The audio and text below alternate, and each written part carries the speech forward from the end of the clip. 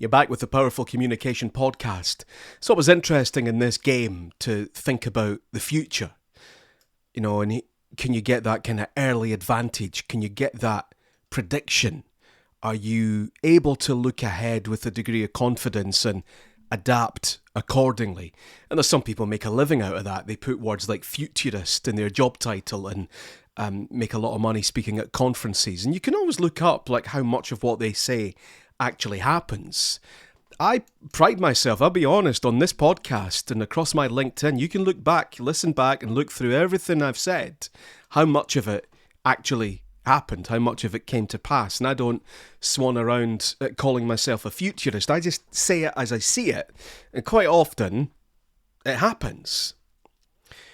And I remember having some really heated discussions with people, and some of it's on this podcast, during the COVID lockdown about what the role of the state was. Because I was absolutely adamant, although I totally complied with the lockdown, and so did the whole family, I didn't like it. And I thought it was a huge overreach on the part of the government. I thought it was absolutely out of order. But I had some very socially distant, heated arguments with people I work with, people in the family, where I was saying it's not the role of the state to keep people safe. And they would argue back, yes, it is. And I would be like, no, it isn't. Because if it was, everywhere would have a 20 mile an hour speed limit. And we would ban kids from using social media and a whole heap of other things as well. Smoking was one, as the smoking would be completely banned. And there'd be a ban on heading footballs. That was another one. Well, look at what's happening. Smoking's getting completely phased out. And there's a ban on under 16s, so there's going to be a ban on under 16s using social media. Again, by the way, I'm supportive of that. I hope it works. I think it's a good idea. I think it will help people. I think it will save lives. I personally still don't believe that it should be the role of the state to keep people safe. But as somebody much smarter than me pointed out to me a couple of years ago, that it has become that. Rightly or wrongly, whatever you think of it, whatever you and I agree with, it has become the role of the state to keep people safe. And the person I was talking to said to me, listen, what you have to remember, Colin, is that here in the UK, he said, you're living in an advanced Western democracy. And what that basically means is that the government has run out of things that it can do to improve our lives. We're incredibly fortunate in this country, and my goodness, yes, there's a ton of stuff that goes wrong. And of course, just last week, we saw some very unsavoury, horrifying incidents. But compared to other countries in other parts of the world, Britain is incredibly stable, and we can deal with some very difficult issues and have very heated arguments and protests. And yes, sometimes there's a small minority that take it too far and it gets very ugly. But by and large, this is a country that can deal with some very difficult things and remain stable and peaceful. I'm not saying it's been easy. What I'm saying is, in the grand scheme of things, compared to other countries, our day-to-day lives, mercifully, are incredibly stable. We're very lucky to live in a country like that, an advanced Western democracy. What that means, though, is the government's run out of things that it can do. Because the work's already been done. It's all done.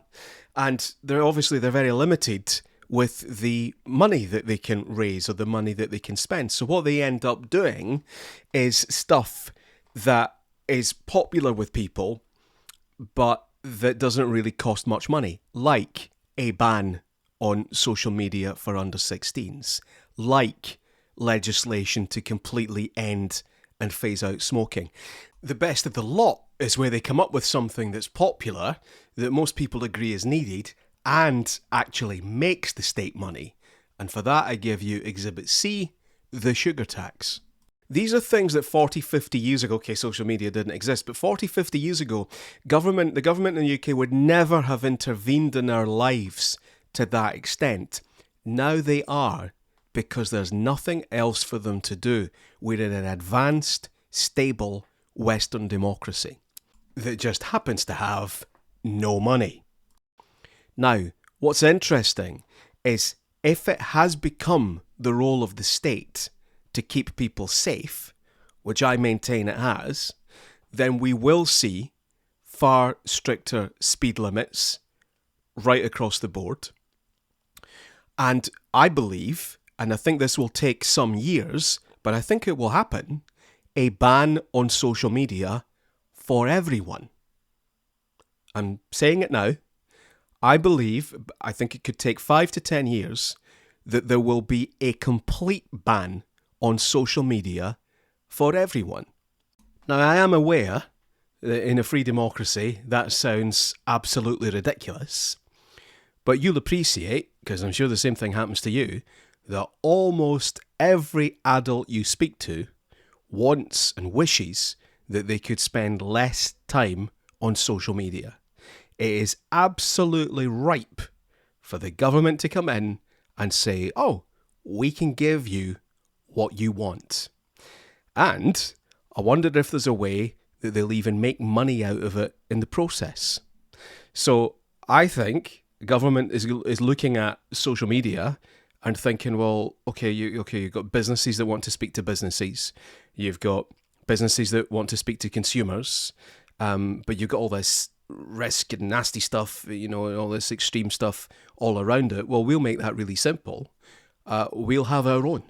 We'll have our own UK government social network where you'll be able to go on and speak to each other and interact, and we'll make sure it's kept clean and neat and tidy and nobody gets hurt, and we'll make money out of it. And some of you listen to that and you're thinking, this is outrageous. This is like state control. This is like something that we might expect in China. Not at all. In fact, this is something that we've had before. This is something that the UK government has already done, albeit in a very different form. And I introduce you to Exhibit D, the good old Yellow Pages. When the Yellow Pages began in 1969, what was it? A government-owned, government-controlled advertising monopoly. That's it. They did it. Everybody got a free basic listing, and they made a ton of money out of businesses wanting more. So a bigger font, a bigger display ad, a second phone number, a physical address, all the way up to half page, quarter page, full page, glossy advertising listings. Albeit back then it wasn't glossy and it wasn't colour. They did it and they took the cash, and businesses handed over the cash. If they did it in the 60s, 70s and 80s, I'm telling you, all these things are cyclical. They can do it again. I'll guarantee you there's someone right now in government looking at all that money flowing out of here to Meta and X and Microsoft and all these, and thinking, hang on a minute, you've got an entire population that hates this stuff and wants off it, but believes that they have a need to somehow keep up with each other, businesses that think it's essential for their communication, and we're losing money to people doing all that on a service that they hate and that's making them ill. Happy days. I mean, if ever there's a situation that's ripe for government intervention, where we've established now that, rightly or wrongly, and wrongly in my view, but it's a reality, that it has become the role of the state to keep people safe, I absolutely expect that to continue onto our adult digital lives. And I'll say it now, and I know it sounds ridiculous, 5 to 10 years, a complete social media ban for adults as well, replaced by a government-run, government-owned, nationalised social media service in the UK.